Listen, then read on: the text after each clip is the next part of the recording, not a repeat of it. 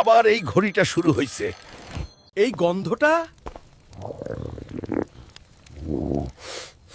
বিরয়ানি নাকি? তুই আবার আইছস।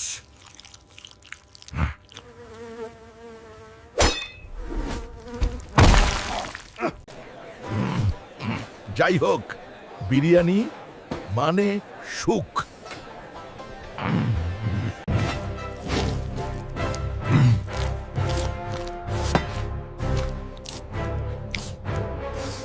এই যে ভাই, খাওয়া শেষ, চলো দেখি কে বেশি খায়।